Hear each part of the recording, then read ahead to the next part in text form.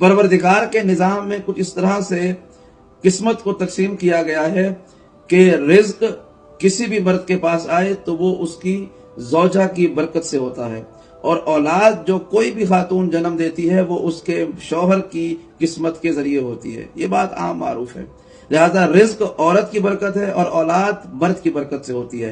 लिहाजा वो अफराद के जिनके पास परवरदिगार ने रिज्क की फरावानी रखी है, याद रखें उनके पास जो रिज्क है वो उनकी शरीक सफर की बरकत की वजह से है।